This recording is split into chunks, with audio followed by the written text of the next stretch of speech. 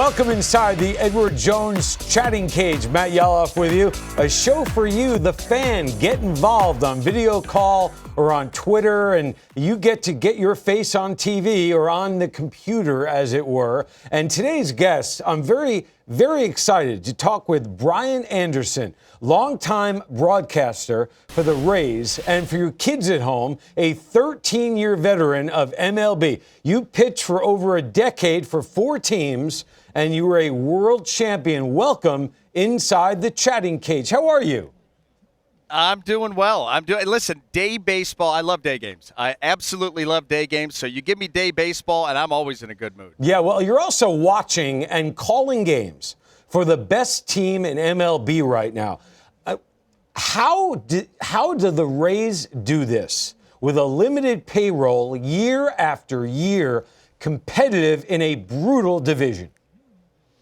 Well, first of all, you're right about the brutal division, and that's why the front office, they have to try to find ways to stay on the cutting edge, to stay up there and be able to compete year in and year out with the Yankees and the Red Sox and, the Blue Jays and the Orioles for a time. So, they really do their homework. They've got a lot of people behind the scenes doing really good work, putting together, formulas to try to put this team together. And it was interesting because last year they made some moves during the course of the year that you kind of wondered, are they going to start to break this thing down to build it back up? But then they bring in a guy like Tommy Pham, and you're kind of wondering what they're doing. The whole time here, they have a plan. And, so they're built around this team right now, built around versatility.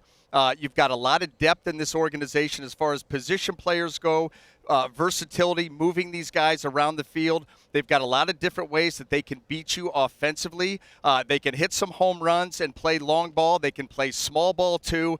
They've got some speed and steal some bases, so they're not stuck on just one way to beat you offensively. And then at the same time, you look at the defensive side of things, a lot of great athletes that catch the baseball and catch it well, and then the best pitching staff in all of baseball. And they have been doing this over time and, putting together their top 3 starters are as good as any top 3 starters in Major League Baseball. So the ability to go out and dominate on the pitching end, catch the baseball, have a lot of different ways to score runs, and this team's a lot of fun. And this record of theirs, and them having the best record in Major League Baseball, I promise you, is no fluke. No, it is not a fluke, and they're a lot of fun to watch. I've been tuning in on my phone, at home, on MLB.tv, whenever I can or here at work. So we have a question for you on Twitter, and it goes to what you were talking about with the pitching. And the question is about the top 3 guys in that rotation. Can you break down the curveball of Snell, Glasnow, and Morton and how they differ?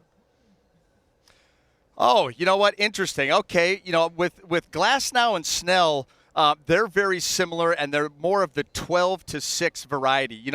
The way that the game is now, you hear an awful lot about exit velocity, about launch angle, and to get that, you have to have launch angle type swings. You get a little bit more of an uppercut swing. So all of a sudden you're seeing around the league, well, how do you beat the uppercut swing?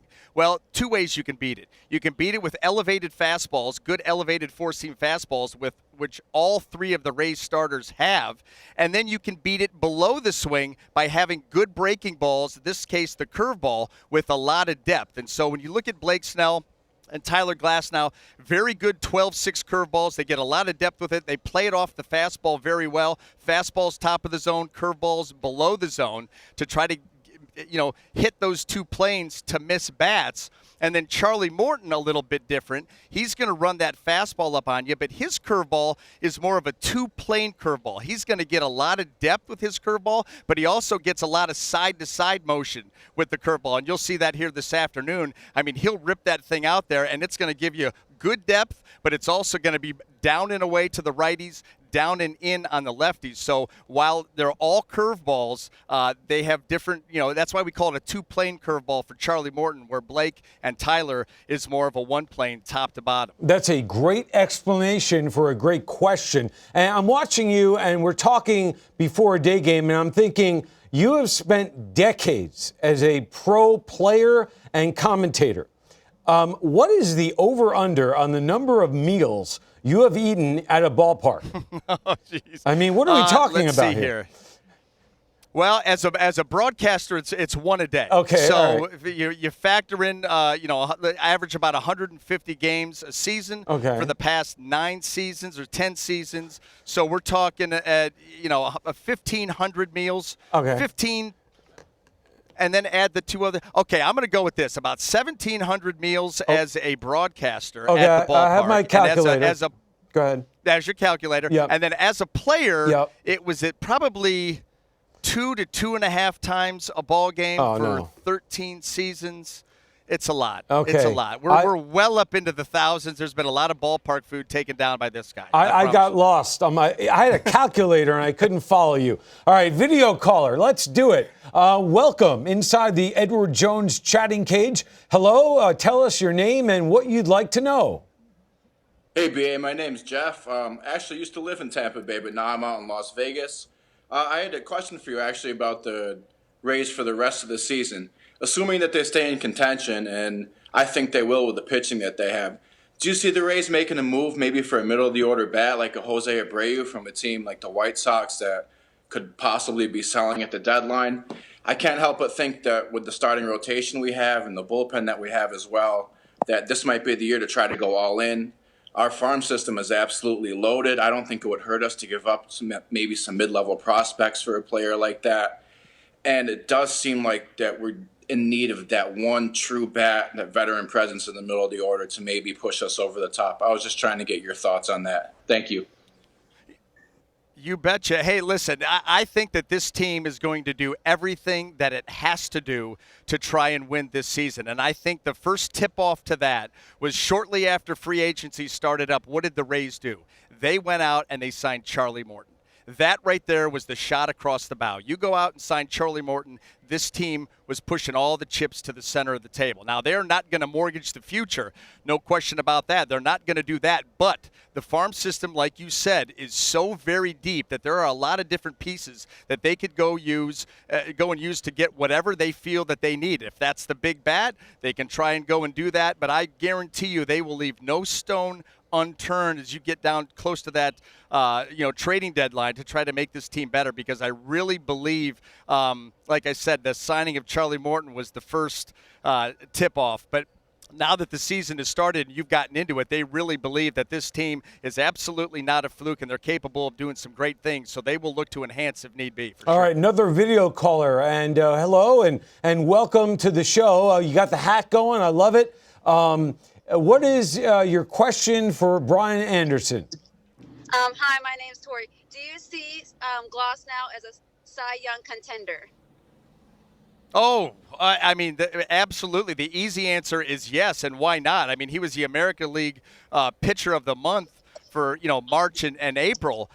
He was absolutely fantastic and dominant. The thing that you love about Tyler is he doesn't try to trick you. He pitches angry. He pitches aggressive. He's been very good in the zone, and he's got elite stuff. Not only that, I mean, that's great, but then he's got confidence, and the confidence is sky high right now. And so this is a guy that you absolutely believe can keep this up all season long, much like we saw Blake Snell a season ago, and he was able to go out and win the Cy Young Award. But Tyler Glasnow has gotten off to such a great start, but he has such great mound presence, good poise, good demeanor, and he pitches with that right kind of edge to be able to go out and dominate games. And he himself has said, I look at hitters like they're trying to do me harm. And he gets himself ready on game day to get angry, to go out there and attack the zone, attack the hitter. And you have that kind of a mindset with his kind of stuff, you're capable of doing great things. Brian, Tampa Bay has a lot in common with one of your former teams. You were the first pick by Arizona in the expansion draft, number 2 overall. And did you ever imagine, when you were taken from Cleveland, did you imagine that a couple of years later you would be a world champion? No.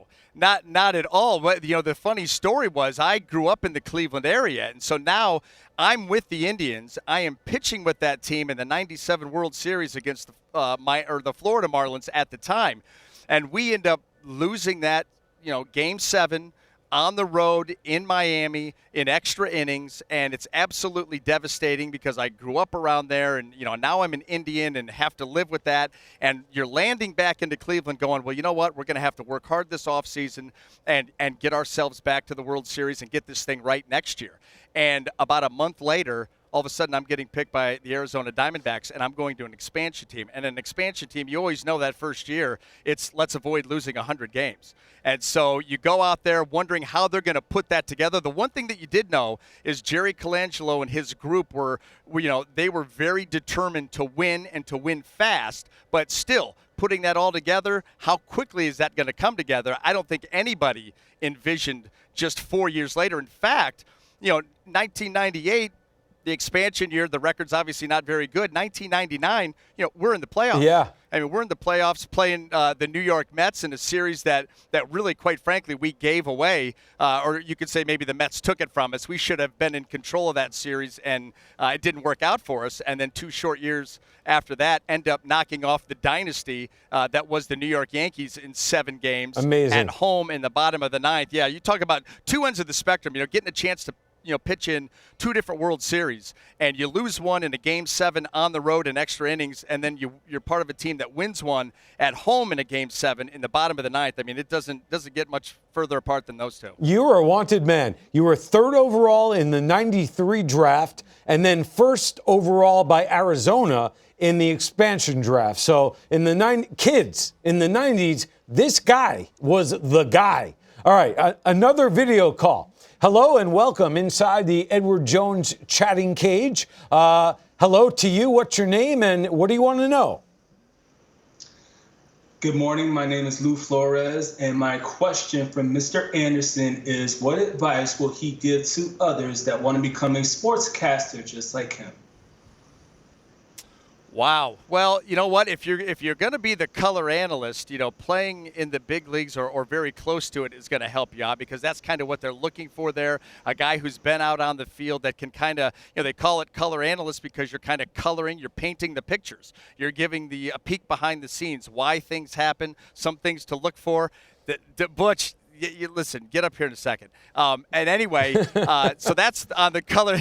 Mike Butcher, former teammate, and Mike Fetter's former teammate, giving me some stuff from the dugout. But anyway, the other side of things, you would really probably, much like in the Seinfeld episode, have to go to broadcasting school and just enjoy the sport, know the sport, love the sport inside and out, and kind of throw yourself into the sport and go. Like I said, they've had these schools all over the place if you want to become a play-by-play guy. And I would also say that if you are able to break in anywhere, and I mean anywhere, calling high school games to try to build a resume tape, anything that you can do to get reps, because that's what it's all about. Being in front of the camera, over the airwaves, whatever it may be, it's all about reps. The more reps you get, the more comfortable you get, the more you learn what you need to do, what you don't need to do, and that's really how you move forward. But you take any opening that you can. Well said. Very, very good advice. I'm going to read a date to you, and you tell me what happened. August 4th, 1999. Do you know? August 4th, 1999. No, I don't. Okay, well, we have video to prove that this is what happened. You were facing the Giants at home, and you went deep. Yeah. Yeah. Do you remember it? I remember that vividly, and I'll tell you the story behind it. And I feel bad for Mark Gardner because that ball game, Joe Nathan, who became an unbelievable closer, he was actually the starting pitcher for the Giants that night. And he pitched the first inning. He gave up 5 runs, and he got 3 outs. So after, and he was able to get out of the first. So then I go out, pitch the top of the second. I come to bat, hitting in the 9-hole, leading off the bottom of the second. They had pulled Joe Nathan and brought in Mark Gardner. So I'm the first hitter that Mark Gardner faces. And then I hit a home run off him. He had to be like, really, this is one of those nights? But I will tell you this, and this is what I found most interesting. Now, granted, we had a pretty big lead, 5-run lead after the home run. It's 6-run lead. But you hit that home run, and you're like, I better deal. I mean, I've got to deal, pitch deep into this game and win. You can't hit a home run and then get knocked off the mound in the 3rd or 4th inning. So it kind of upped the pressure just a little bit. Yeah, and it's almost 20 years, by the way. I don't Yeah. want to it's make you feel ridiculous. old, but I mean, it's coming up on Well, 20. you just did. Yeah. You just did. All right. I'm sorry. I apologize. All right. Lightning That's round. okay. That's Lightning okay. round. I'm going to throw a question. I have a bunch of them. You tell me your answer. How many MLB players, including you, went to Wright State University? And can you name them? Oh, well, I know we've got Joe Smith. Correct. Who, reliever with Cleveland, Houston, all of that. Let's see. Who else? Carlos Pena Yes. was at Wright State. Yes. He ended up transferring. How about this? Carlos Pena was at Wright State and ended up transferring to Northeastern because he wasn't getting any playing time. Not getting playing time at Wright State, but he's hitting 40-plus homers in the big leagues. Isn't that Anyway, amazing? those are the two right off the top of the head. Okay, there's one more. Keith Gordon. Oh, that's right, with Cincinnati.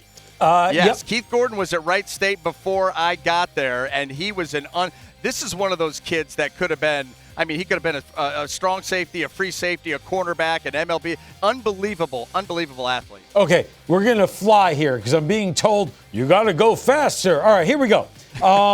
Favorite booth to broadcast from?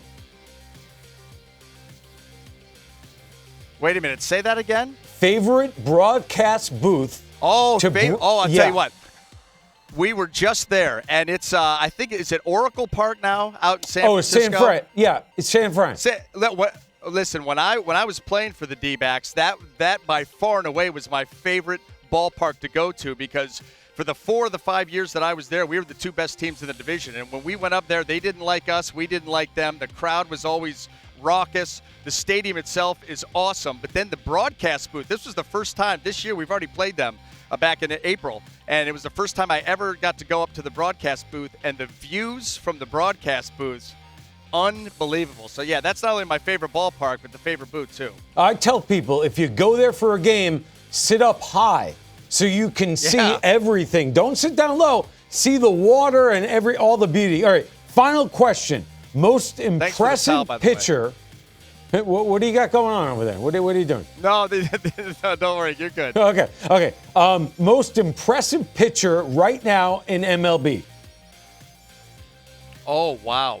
Most impressive pitcher now in MLB. I'm going to go with our guy, Tyler Glasnow. All right. Right now in 2019, Tyler Glasnow, to me, has been the most impressive guy. He has been dominant each and every time out. He is absolutely a blast to watch, and I love that he pitches with an edge. He pitches angry, and he's been lights out. Hey, Brian, it's been a pleasure. Thank you so much. Oh, thank you for having me. We really appreciate it. And a reminder, as we say goodbye to Brian, you can find the archives of the Edward Jones Chatting Cage on MLB.com. Go down to video and then go to Chatting Cage. I'm Matt Yaloff. I'll see you next time.